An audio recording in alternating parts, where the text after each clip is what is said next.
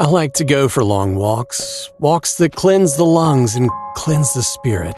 This walk, though, has particular meaning for me, and it's a pilgrimage I make every year at this time.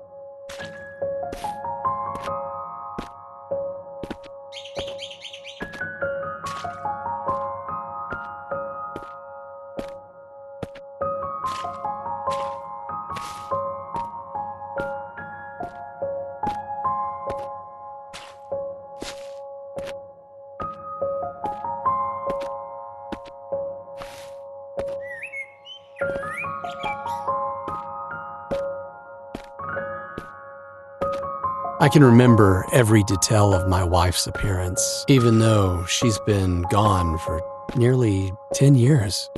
I remember how her cheekbones would rise when she smiled. Remember her long, raven black hair flowing down her back like a shiny waterfall. I also remember how she looked without hair.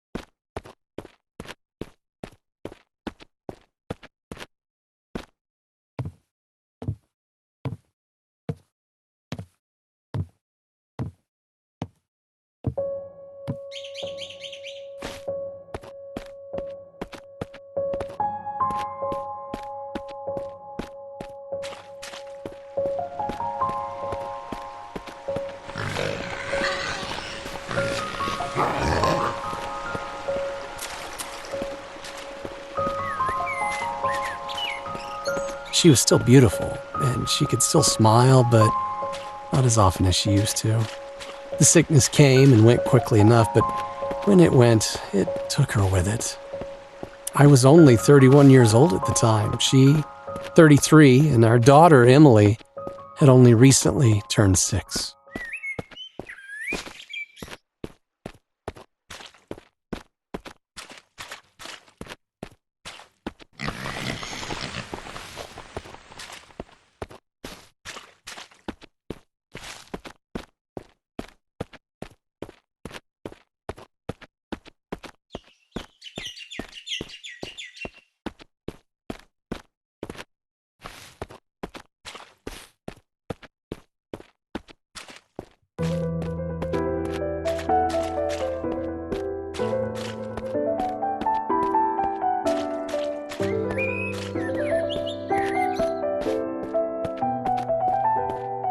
It's hard enough for a parent to raise a young child on their own, doubly so when that child is of the opposite gender, yet that's precisely the predicament I found myself in when Cassandra died.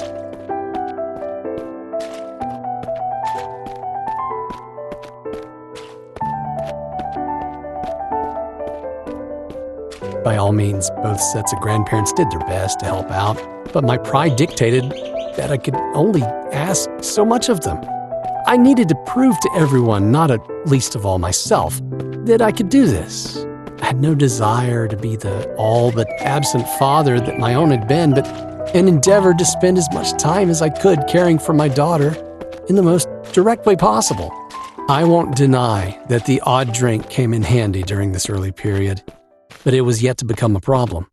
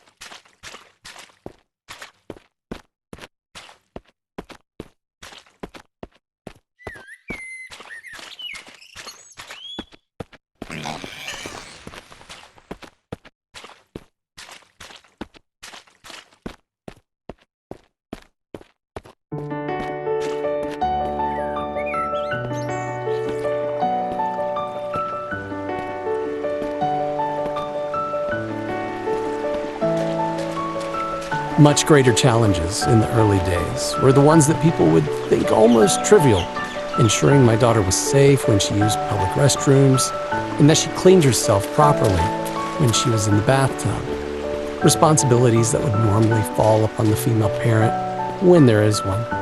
Emily was still very young at the time, of course, but old enough to feel awkward that her father was checking in on her during her more private moments.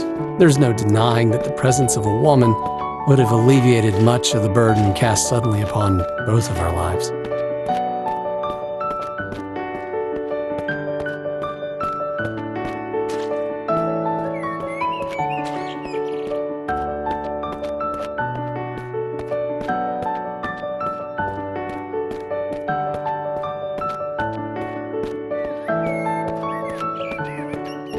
It's not like I didn't try to meet other women after Cassandra's passing. I even went on the odd date, but, well, between my teaching job and my responsibilities as a single parent, it was hard to not only find the time, but to find someone to babysit for the evening without calling upon the goodwill of the grandparents yet again. Most of all, though, it was impossible to find someone to fill the yawning void that Cassandra had left in her wake.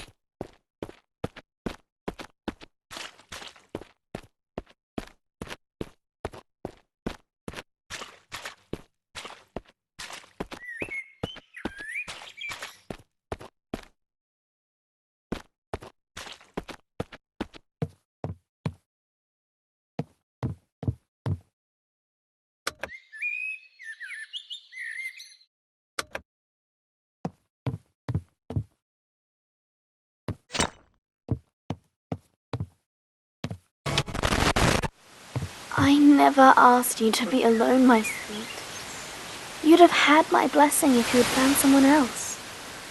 All I would have asked was that she be a good mother to Emily.